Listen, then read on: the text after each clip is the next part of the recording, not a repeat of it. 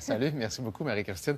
Je vous présente M. Pierre Janiaud, ancien PDG d'Air Canada, un spécialiste en sécurité aérienne, même inventeur de la boîte noire, si je ne me trompe pas. J'ai envie de vous entendre sur le mystère total qui plane autour de la disparition de cet avion-là. Juste avant, Marie-Christine vient de nous résumer un peu l'état des choses ce matin, mais on veut aussi entendre Maxime Landry, qui surveille évidemment ce dossier-là de près, par passion d'abord, mais aussi par intérêt journalistique. Alors, Maxime, qu'est-ce que tu peux nous dire de plus depuis les dernières heures à ce sujet? En fait, ce qu'il y a de plus troublant, d'abord, Marie-Christine en a glissé un mot, c'est de voir ces changements brusques d'altitude de l'avion, ce qui montre presque, et là on est encore au chapitre des hypothèses, mais carrément un pilotage de type furtif, presque un pilotage tactique. Éviter les ondes radars, faire des virages brusques de la sorte, tout ça de nuit au-dessus de l'océan. C'est clairement pas des manœuvres que les pilotes commerciaux sont habitués de faire ou doivent faire en principe. Autre chose qui me frappe à travers tout ça, Gino, et M. Janiaud pourra certainement en témoigner, c'est de voir que malgré la technologie moderne, malgré les équipements hyper sophistiqués, il reste de grandes zones noires dans l'aviation. Des zones où on utilise encore une technologie rudimentaire, que ce soit pour communiquer par ondes radio UHF, ou encore même pour avoir un suivi en temps réel. Vous penserez aujourd'hui que tous les avions sont suivis à la trace, seconde par seconde. C'est pas toujours le cas. Nous-mêmes, à bord de l'hélico, on a une petite balise ici, on appelle ça un spot. Pas très gros, ça coûte à peu près une centaine de dollars. Transmission par satellite. Et mes collègues ici au hangar suivent le déplacement de l'hélico en temps réel sur Internet. Bien, dites-vous qu'il y a des compagnies aériennes qui n'ont même pas ce genre de bidule-là, parce que ce n'est pas encore obligatoire dans l'aviation. Maxime, tu restes avec nous à tout moment si tu souhaites intervenir pour bonifier notre discussion. Tu es vraiment le bienvenu. Monsieur Janiaud, depuis ces dernières journées, vous surveillez ce dossier-là de près, puisque vous avez un intérêt, évidemment, vu vos connaissances là-dedans. Quelle est votre première réaction avec ce qui se passe? Alors, je trouve que la gestion de crise laisse beaucoup à désirer. OK. Parce qu'en fait, lorsqu'il y a des crises comme ça, il faut absolument coordonner l'information, la filtrer, parce qu'il y a tant d'informations qui arrivent ici et là, et qui peut être crédible, qui peut être pas. Et ensuite, on doit coordonner les actions. Or, dans cette, lorsque j'étais à l'IATA, j'avais j'avais développé un cours pour enseigner aux lignes aériennes de la gestion de ces crises-là.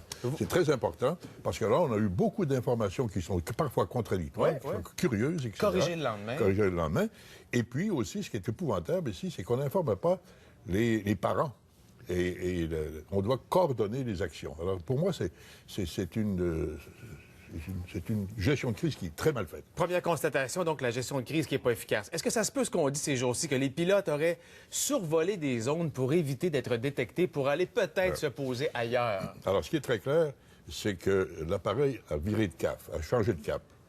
À un moment donné, lorsqu'il a sorti de la zone de contrôle du contrôle aérien de Kuala Lumpur, avant de passer au contrôle aérien vietnamien, il a viré de cap. Alors, au lieu d'aller vers la direction de Beijing, qui est direction nord-est, il a tourné à peu près une heure après, un peu moins qu'une heure après, il a pris une direction nord-ouest. Il a donc, et là, sans aucune explication. Mais à ce moment-là, il y a le transpondeur qui a été arrêté. Le transpondeur peut être arrêté. Le transpondeur est un système qui envoie des messages pour prévenir les autres appareils que l'appareil est dans les... C'est essentiellement pour éviter les collisions. Donc, c'est quelqu'un qui l'a éteint à bord du cockpit, mais ça, c'est facile à faire. Okay. C'est facile à faire. Alors, l'appareil a donc tourné complètement dans un corridor nord-ouest. Il a traversé la péninsule malaisienne et il s'est retrouvé à quelque part dans le détroit de Malacca. À ce moment-là, on suppose qu'il continuait vers le nord-ouest.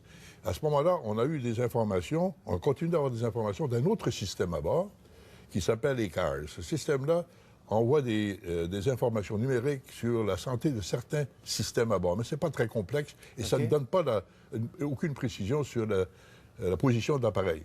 On n'a pas, à ce moment-là, de vision radar. Et donc, c'est un peu un problème. Et l'appareil, on supposait à ce moment-là que l'appareil continuait vers le nord-ouest.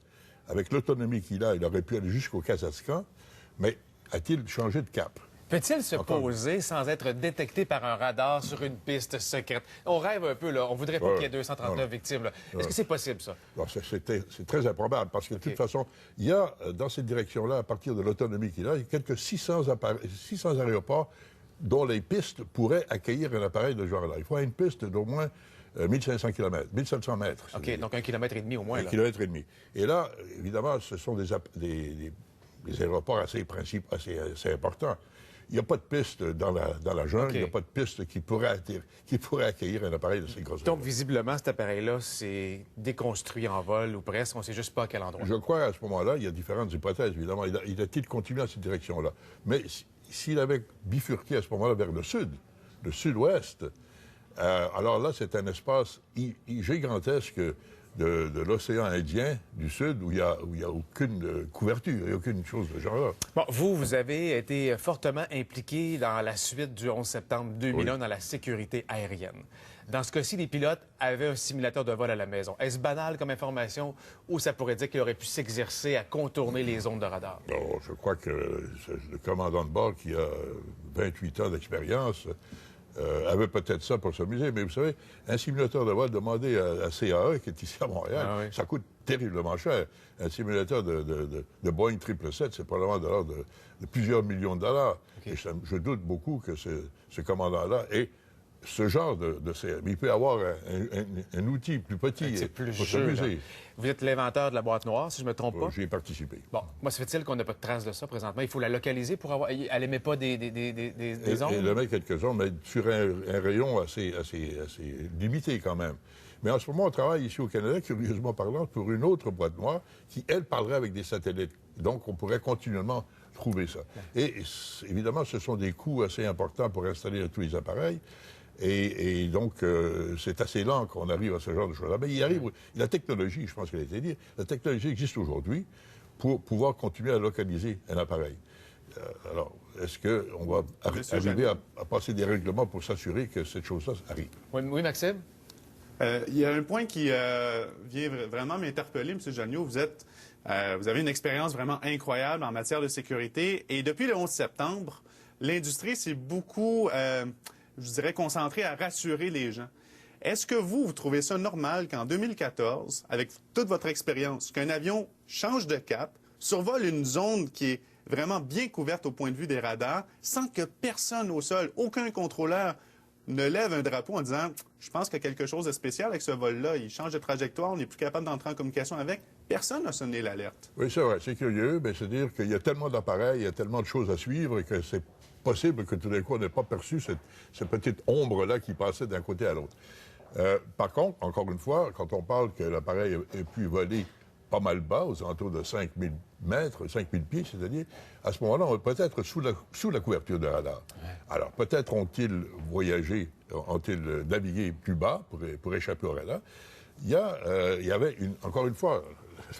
La gestion de l'information laisse beaucoup à désirer parce qu'on nous a dit précédemment qu'il y avait certains radars militaires américains qui avaient continué à suivre quelque chose sans pouvoir exactement dire où ils étaient. Mais il y avait cette possibilité-là.